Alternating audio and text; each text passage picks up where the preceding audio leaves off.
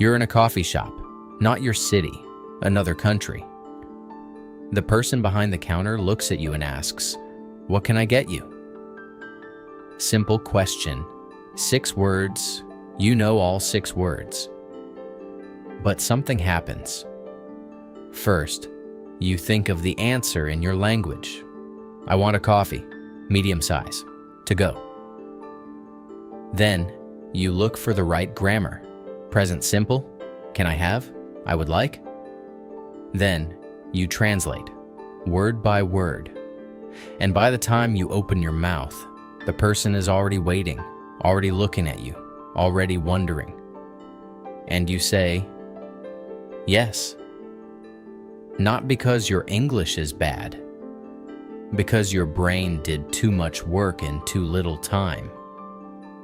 You know that feeling. Maybe it happened at work, on a Zoom call. Someone asked you something easy, and you knew the answer, but the words just didn't come. So you smiled, said sorry or yes or nothing at all. And after, you thought of the perfect answer, in English, clear, easy, too late. This is not a language problem. This is a middleman problem. Let me explain. Right now, when you want to say something in English, your brain has a process. Step 1, think in your language. Step 2, find the grammar. Step 3, translate. Step 4, speak. 4 steps, every time, every single sentence. That's the middleman. The middleman is your own language, sitting between you and your English. And the middleman is slow. Conversations don't wait for slow. Conversations move. People talk. Things happen. And while you're on step 2, the moment is already gone. Here's the thing most English teachers don't say. Your English is not the problem. You know words. You understand grammar. You watch videos in English. You read in English. The problem is, you never learn to skip the middleman. And that's exactly what today is about. Not more vocabulary, not more grammar. How to get the middleman out of your head and start speaking the way you actually think. Stay with me. You've probably heard this before. Just think in English. Maybe a teacher said it. Maybe you read it somewhere. Think in English, and everything will get easier. Sounds simple. But what does it actually mean? Because when most people hear "think in English," they imagine something like this. They sit down, they close their eyes, and they try to have a full conversation in their head, in English, about life, about her feelings, about the meaning of everything. Like Shakespeare, but in their kitchen. And after 2 minutes, they give up. Because it's hard, because it's slow, because it feels fake. So they think, I'm just not good enough yet. But that's not the problem. The problem is, they're trying to do the wrong thing. Thinking in English is not about long monologues. It's not about philosophy. It's not about perfect sentences. It's about reflexes. Let me show you what I mean. Imagine you're holding a cup of coffee. You're walking to your desk and you drop it. What happens? You don't think, oh, the cup has fallen. This is an unfortunate situation. The coffee is now on the floor. No. You just say something, fast, without thinking. Oops. Oh no. Oh man. That's a reflex. You didn't translate. You didn't check the grammar. You didn't plan. The word just came. And that is what thinking in English actually means. Not long sentences, not perfect grammar. Fast reactions, small words, real moments. When you're tired and you say, "I'm exhausted," before you even think about it. When something's funny and you say, "That's hilarious," not, "This is very amusing." When you're surprised and you say, "Wait, really?" Not, "I did not expect this." That's the goal. Not to think like a book, to react like a person. And here's the good news. You can build this. Not by studying more, by doing something different, something small, something you can start right now. I'll show you exactly how. So, how do you build the reflex? How do you remove the middleman from your head? Not by studying more words, not by watching more videos, by doing something different, something your brain has never done before. I call it the labeling bug. Here's how it works. Right now, your brain has two separate systems. System 1, your language. System 2, English. And there's a wall between them. When you want to speak English, you start in System 1. You build the thought, then you climb over the wall, then you translate. The labeling bug breaks the wall. Instead of translating thoughts, you start connecting English directly to the world around you. Not to words in your head, to real things, real objects, real feelings, real moments. Let me show you. Step 1. Look around you right now. Don't translate. Don't think in your language first. Just look and say the first English word that comes. What do you see? A window, a desk, a cup, a phone, walls, light. Say it out loud. Not oak no, then window. Just window. Not stole, then desk. Just desk. You're not translating anymore. You're labeling. English goes directly to the thing. No middleman. Do this for 3 objects. Right now, look around, find 3 things. Say the English word out loud.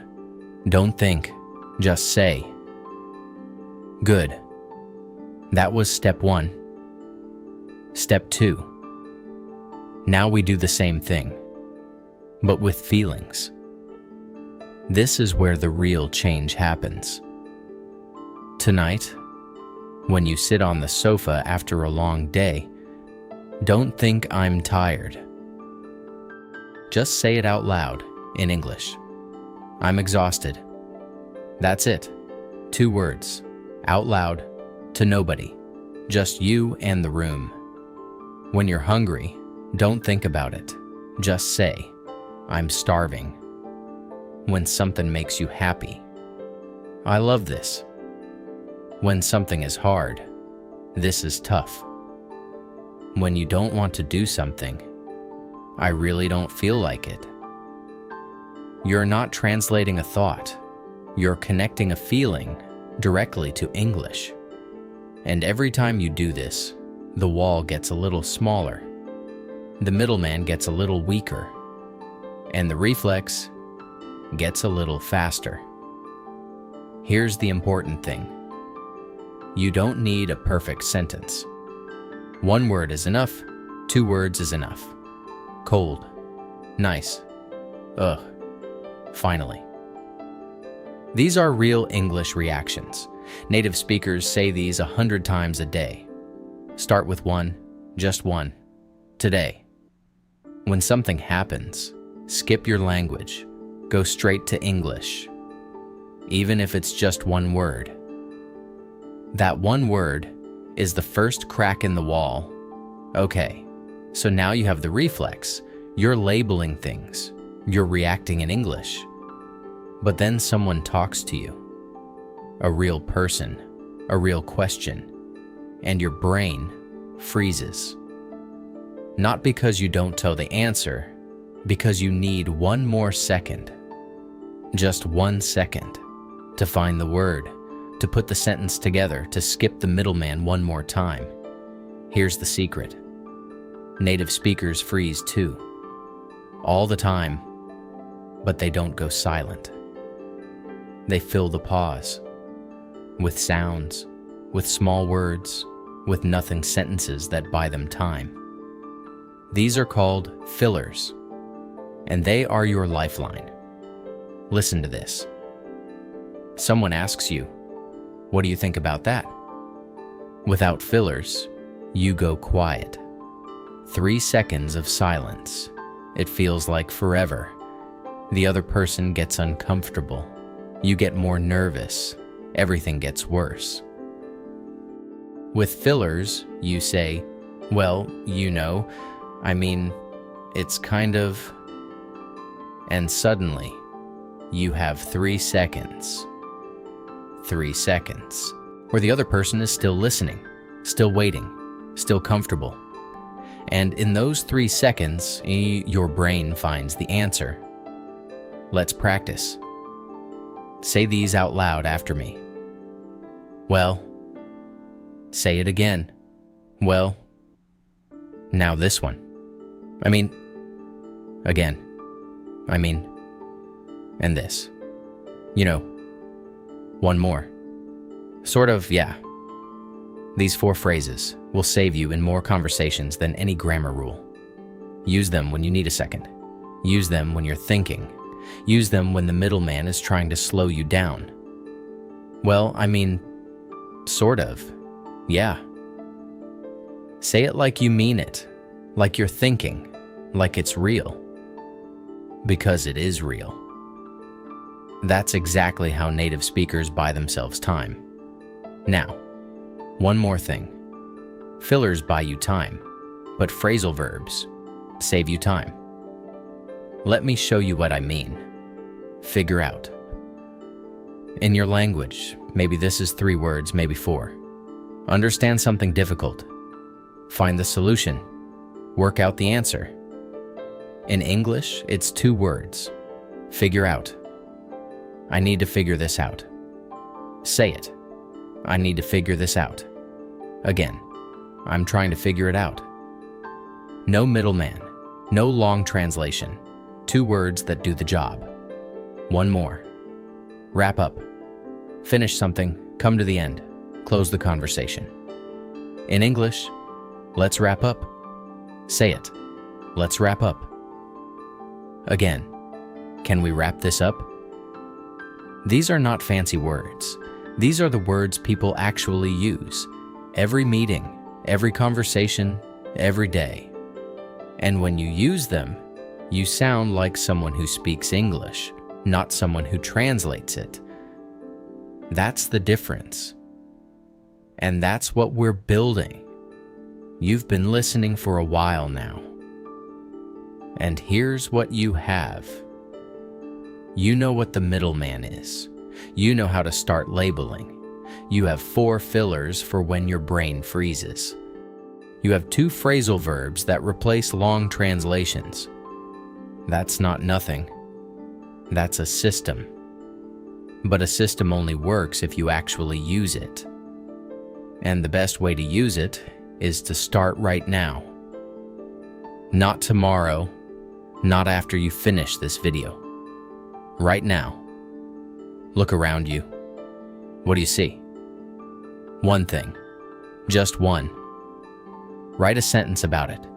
In English. In the comments below. Don't translate first. Don't check the grammar. Don't think about it too long. Just look and write. One sentence. Whatever comes. I see a window. It's dark outside. My coffee is cold. There's a cat on my chair. Anything. Your English. Your moment. Right now. That one sentence is you breaking the habit. That one sentence is you skipping the middleman for the first time today. Do it now. I'll wait. And if you want to go further, if you want a full system for breaking the speaking barrier, not just tips, a real step-by-step process, it's on Patreon. The link is in the description. The transcript of this video is there too, free. So you can read every word we just covered, see the patterns, understand the phrases, make them yours. But first, write that sentence. One sentence in the comments. Now, let's stop here for a second. At the start of this video, you were in a coffee shop. Someone asked you something simple, and you said yes. Not because your English was bad, because you had a middleman in your head. Now you know what the middleman is, and now you know how to start getting rid of him. One label at a time, one reflex at a time, one "well, I mean" at a time. English is not a school subject. It's not something you study and then use. It's something you do. Every time you look at your desk and say, "desk," you're doing it. Every time you sit down after work and say, "I'm exhausted," you're doing it. Every time you buy yourself 3 seconds with, "well, you know," you're doing it. You're not translating anymore. You're reacting. And that's the whole game. Stop translating your life. Start living it in English. Even if it's just one word, even if it's just right now, even if it's just a sentence in the comments about what you see around you. That's English lore. Not rules, not textbooks. The English that lives in real moments, in real reactions, in real people. Go to the channel, pick the next story, keep listening, keep reacting. See you there.